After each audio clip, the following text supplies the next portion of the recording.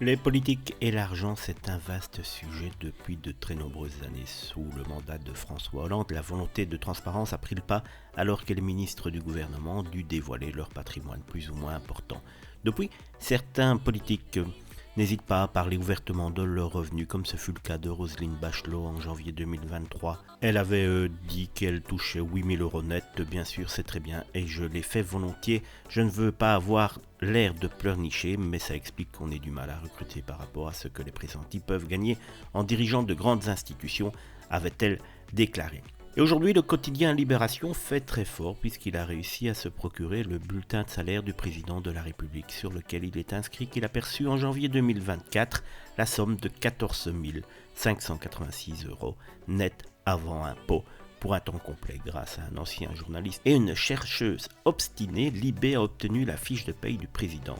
Un document que l'État a longtemps été rétif à communiquer qui symbolise la quête de transparence des citoyens en guerre face à l'opacité des administrations publiques, a écrit le journaliste pour justifier l'obtention du document. Sur X, les internautes ont paru surpris par le salaire d'Emmanuel Macron, en témoignent les nombreux tweets.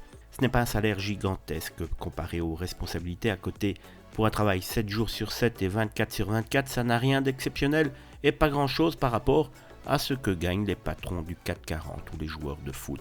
C'est pas fou, on ne peut pas dire que ce soit un job facile, peut-on lire.